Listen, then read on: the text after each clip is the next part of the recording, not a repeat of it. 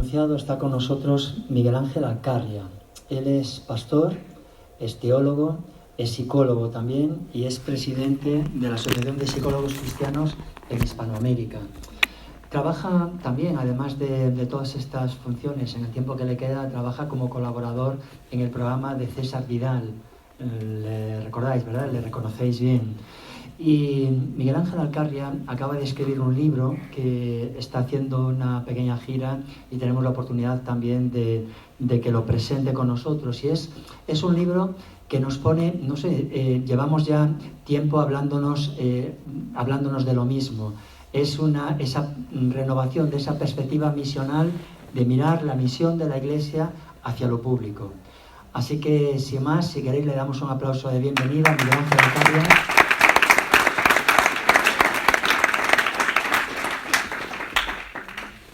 Pues es andaluz, estaba en Cataluña, vive en México, así que, bueno, pues como todos, aquí un guirigay, ¿no?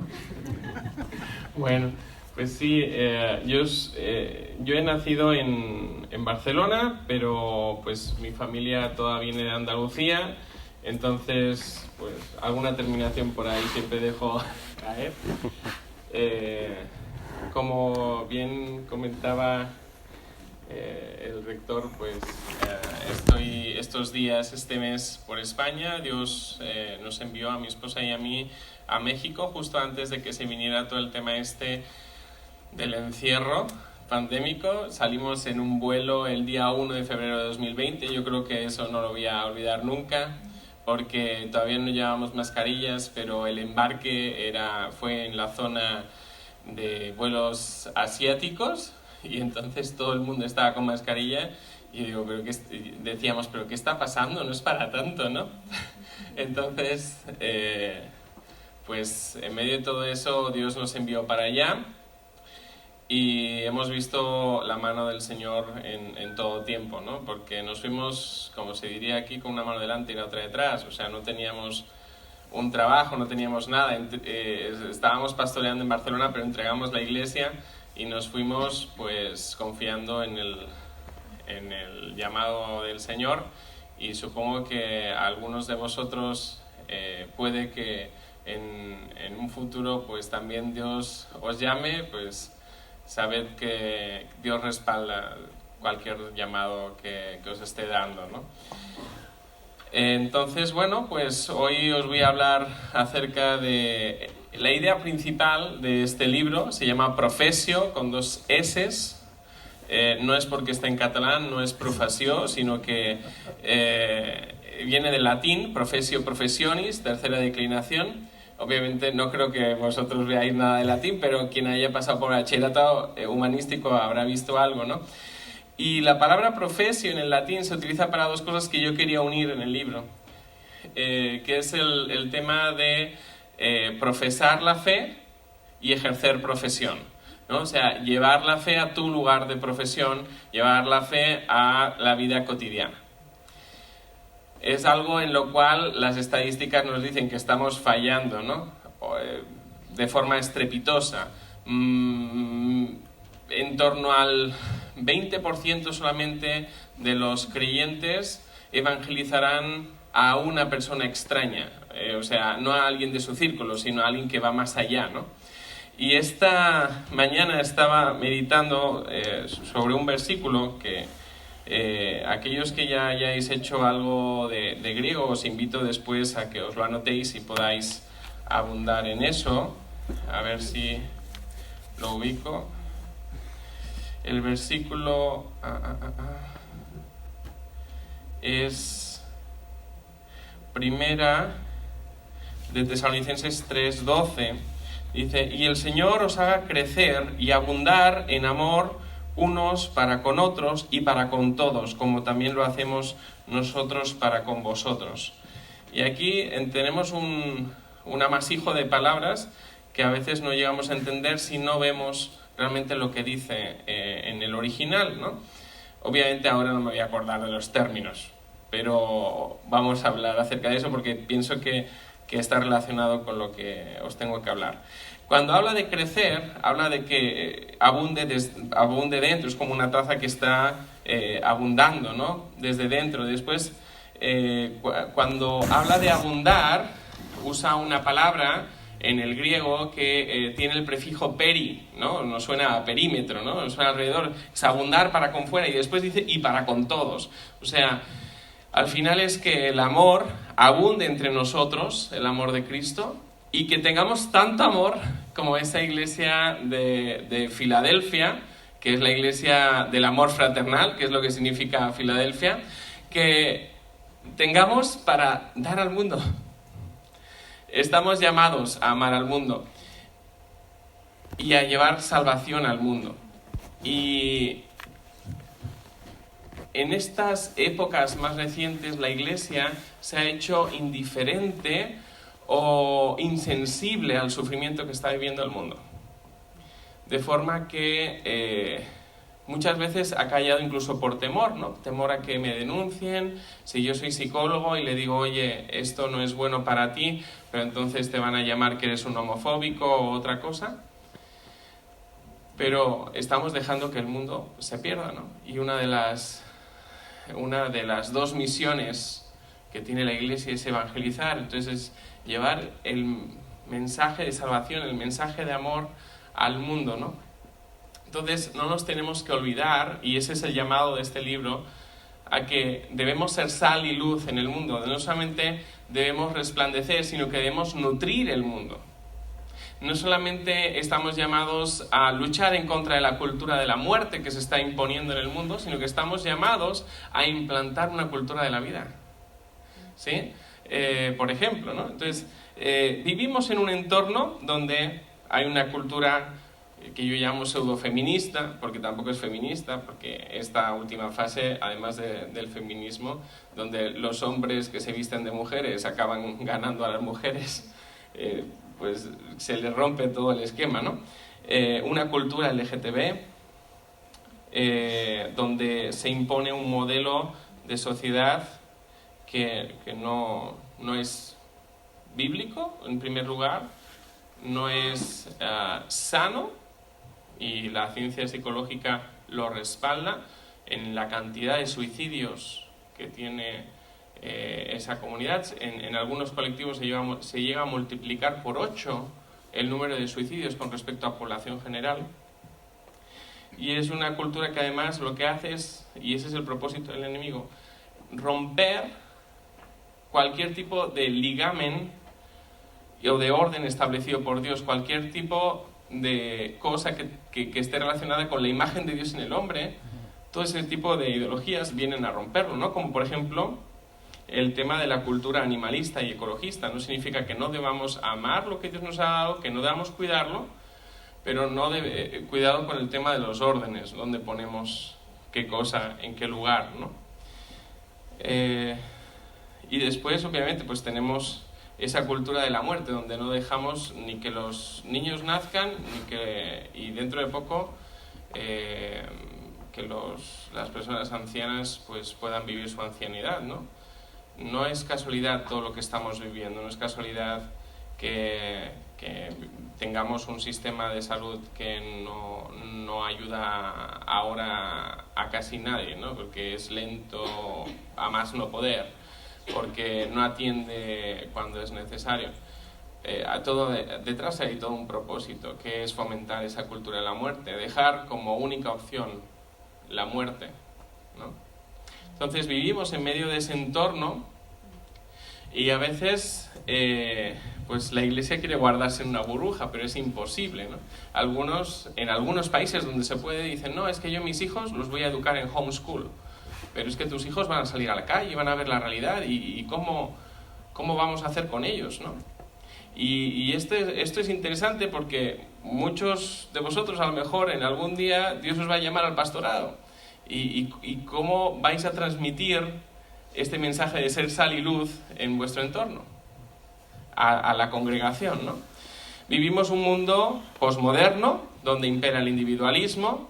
Mientras a mí me vaya bien, no me importa que el mundo explote, donde todo es hedonismo, y el hedonismo trae un utilitarismo, significa que yo busco mi placer y por tanto yo uso a los demás para mi placer, de forma que ahora se habla de las relaciones tóxicas como aquellas, ha estado cambiando el concepto de relación tóxica, como aquellas que no te ayudan a cumplir tus objetivos personales y por tanto solamente te roban tiempo, te estorban, ¿no?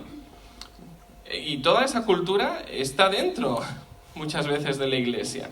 Vivimos en una cultura sincretista donde al final no existe una verdad absoluta, existen verdades relativas, cada uno tiene su verdad y por tanto si tú eres budista y cristiano a la vez y te funciona, pues adelante, ¿no? Pero la cuestión es, en medio de todo esto, ¿qué hacemos como Iglesia, ¿no? En medio del relativismo, donde no existe una verdad absoluta, en medio de ese razonamiento emocional donde, bueno, si te sientes perro, pues lo tengo que respetar, ¿no? Vivimos en este contexto, en un contexto donde hay más de 50 millones de abortos al año, más de 100 millones de infectados de VIH al año, porque pues la gente intenta satisfacer ese vacío de Dios con múltiples cosas, con sexo desenfrenado, con drogas, más de 500.000 millones de dólares gastados en drogas en el mundo al año, más de 100 tipos de género reconocidos por la Organización Mundial de la Salud, más de 1 millón de suicidios al año. Y en España, bueno, te pueden caer 2 años de cárcel por destruir un huevo de águila, pero libremente puedes abortar. Vivimos en ese contexto. Y como Iglesia debemos reconocer cuál es la estrategia del enemigo y combatirla. Segunda de Corintios 2:11 nos dice que dice, para que Satanás no gane ventaja alguna sobre nosotros, pues no ignoramos sus maquinaciones. Y cuando dice sus maquinaciones, hace referencia a los planes, los propósitos del enemigo. La Iglesia no debe ignorar cuál es la estrategia del enemigo, ¿sí? Efesios 6:11 además va un poco más allá. Dice, vestíos de toda la armadura de Dios para que podáis estar firmes contra las asechanzas. Y cuando dice asechanzas, en el griego usa metodeias, que tiene que ver contra las asechanzas del enemigo, tiene que ver con los métodos de astucia y engaño que usa el enemigo. Así que debemos estar preparados para combatir esos métodos. Satanás no hace las cosas por fruto del azar, ¿no? El otro día en la radio me preguntaban si realmente yo creía que había un complot detrás de todo este desorden que estamos viviendo, donde a nivel sexual, abortos, todo este rollo, ¿no? Y digo, pues es que, a ver, 2 más 2 son 4. Hay toda una estrategia detrás, porque Satanás pone la estrategia, pero tiene gente que le sirve. ¿Sí? Entonces, ese es el plan que tiene el enemigo. Debemos ser conscientes de ese plan y también debemos tener un plan como hijos de Dios. Y nos lo da la palabra. En primer lugar es ser iconos de Cristo. Iconos de Cristo. Romanos 8:29 dice, porque a los que antes conoció también los predestinó para que fuesen hechos conforme a la imagen, y ahí usa la palabra iconos, de su Hijo, para que Él sea el primogénito entre muchos hermanos. O sea que nosotros debemos ser, haciendo un símil informático, ese icono que haces clic para que te lleve a esa aplicación que se llama Cristo, ¿no? Debemos ser ese reflejo de Cristo. Debemos, además, marcar la diferencia, pero a un nivel increíble si leemos Efesios 5:1. Sed pues imitadores de Dios como hijos amados. Y ahí usa, en la palabra imitador, a nosotros nos puede sonar incluso hasta farsante, ¿no? Algo de farsa, pero no es el concepto que hay ahí, porque usa el término mimetes. Nos suena a mimético, ¿no? Y es que somos tan parecidos a aquello que nos parecemos que la gente no ve la diferencia. Somos llamados a eso, a ser un reflejo de Cristo, de tal forma que la gente no vea diferencia. Esa es la estrategia que Dios tiene para con la Iglesia, para que marque la diferencia en el mundo.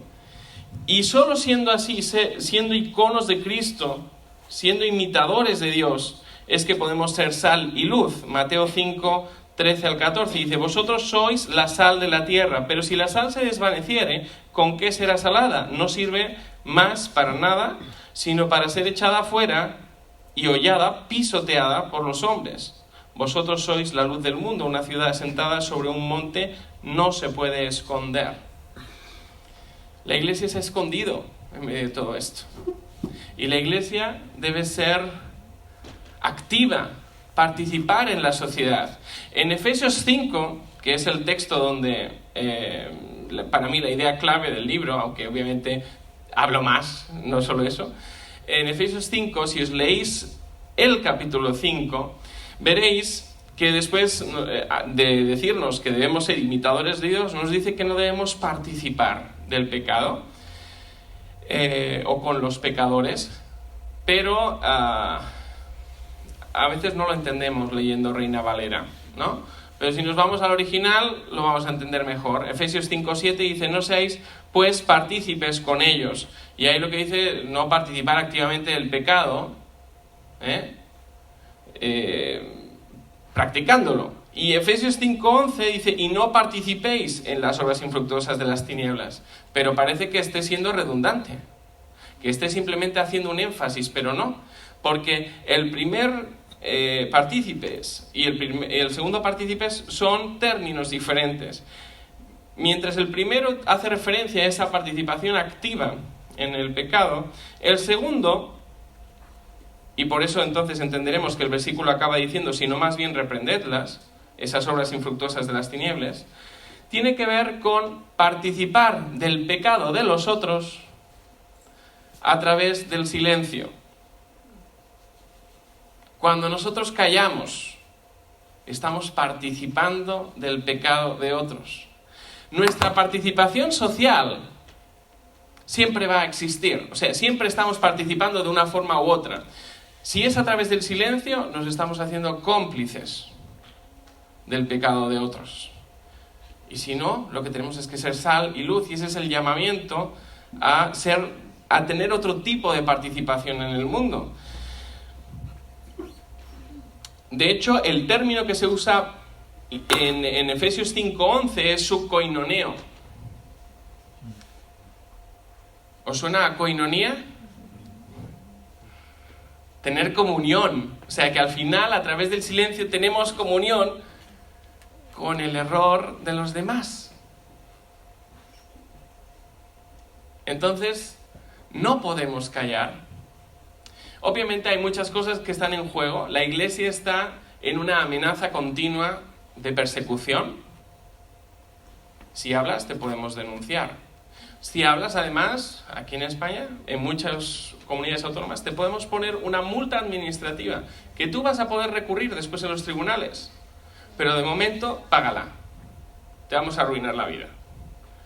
Y hay gente que ya ha sido denunciada y ha tenido que pagar multas. Después las ha recurrido y las ha ganado. Pero de momento, págalo. Y ya te hemos arruinado económicamente. ¿Hay riesgo? Sí. Pero la cuestión es, ¿cuánto vale nuestra salvación? ¿Cuánto vale nuestra salvación? ¿Vamos a querer ser copartícipes con el pecado de los demás? ¿O vamos a hablar verdad? ¿Vamos a ser sal y vamos a ser luz? Y no solamente vamos a combatir esa cultura que quiere implantar el enemigo, sino que además vamos a implantar esa cultura del cielo.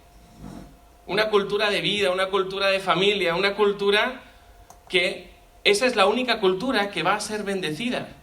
Algunos piensan, no, es que si votamos a este partido nos va a ir mejor porque la estrategia económica que utiliza. Pero lo que sabemos por la palabra de Dios es que solamente cuando la cultura de un lugar está impactada por la cultura del cielo, entonces es que es bendecida por Dios. Porque la cultura tiene que ver con ideas, la cultura tiene que ver con conductas, no tiene que ver con folclore, porque a veces confundimos tradiciones con cultura. No tiene que ver con que aquí se baila la sardana y aquí se baila sevillana. No tiene nada que ver con eso, tiene que ver con ideas. Cuando una sociedad es impactada por la cultura del cielo, y eso se lleva al terreno práctico de esa vivencia práctica de la fe, porque a veces tenemos mucho aquí, pero poco en esa vivencia práctica, en esa teología práctica, entonces cambia todo el panorama. Entonces estamos siendo llamados a llevar esa cultura del cielo allá donde Dios nos ponga. Que tú dices, pero es que Dios no me ha llamado a hacer política. Es que no tienes que hacer política. ¿Dónde te ha llamado? Desde ahí, sé sal y luz. Es que eres profesor y te están diciendo que en biología tienes que decir que los niños y las niñas pueden tener pene o vagina. Pero vas a decir, no, yo me debo a la verdad. Que eres médico y estás viendo que alguien va a arruinar su vida, le vas a decir, no, no arruines tu vida.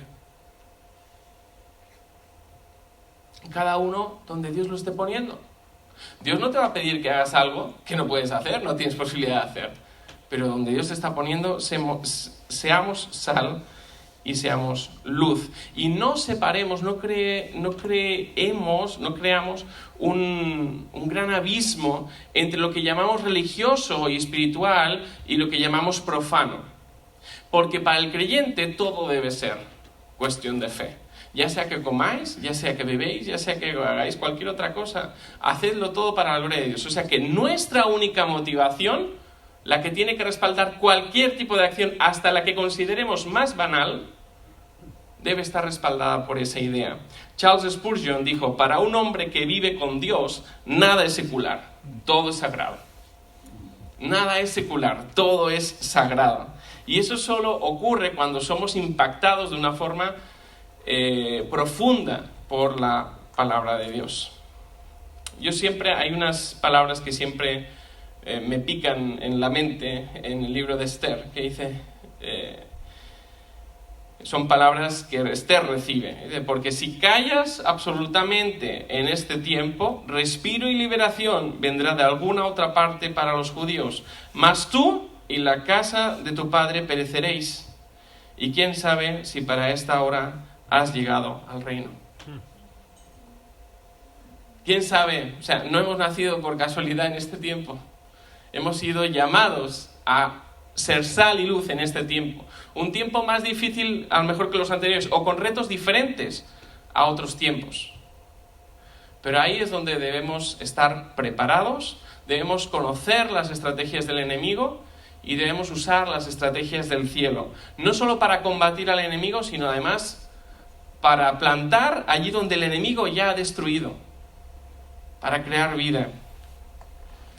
Simplemente termino con una frase de Dietrich Bonhoeffer. Os fijaréis que en la portada tengo a Dietrich Bonhoeffer, Martin Luther King Jr. y Corrie ten Boom, que a lo mejor es la menos conocida de los tres, ¿no? Para mí, 3 ejemplos de personas que hicieron profesio en la vida cotidiana. Dice, el silencio ante el mal es en sí mismo malo. Dios no nos tendrá por inocentes. No hablar es hablar, no actuar es actuar. Este es el llamado de profesio, es actuar. Es actuar en aquello que Dios está poniendo a tu alcance, no en aquello que Dios no está poniendo a tu alcance. Actuar siendo sal y siendo luz en este mundo. ¿Para qué? También para que la iglesia no sea pisoteada. Estamos viendo que cada vez más la iglesia está muy cercana a la persecución. Mientras se promueven valores islámicos en la Unión Europea de una forma increíble, y si no estás informado, infórmate, porque la publicidad dirigida a los jóvenes, todos los modelos son mujeres islámicas. O sea, ese es el modelo de sociedad que quieren. Y qué casualidad que son amigos de las feministas. Las feministas en la Unión Europea, y por eso ahí la posición en español ha sido un poquito complicada, han estado apoyando el velo como una forma de diversidad cultural. Increíble, ¿no? Que las feministas estén apoyando esto. Eso es muy sencillo de entender, sobre todo desde nuestra perspectiva. Estamos en la era del post-cristianismo. Todo lo que tiene que ver con el cristianismo se descarta de forma automática. Ni siquiera se procesa. Pero, si el enemigo común de todos ellos es el Evangelio. El Evangelio, solo el Evangelio, es la solución para todo el berenjenal que estamos viviendo. Así que eres poseedor de lo más valioso que pudieras tener en este mundo. Puede ser que digas, no tengo casa, no tengo sueldo, no sé. Pero eres poseedor de ese tesoro que es más valioso que cualquier otra cosa. Y tienes un llamado más precioso que el que pueda tener nadie, que es ser sal y luz en el mundo. Amén. Amén. No, está bien.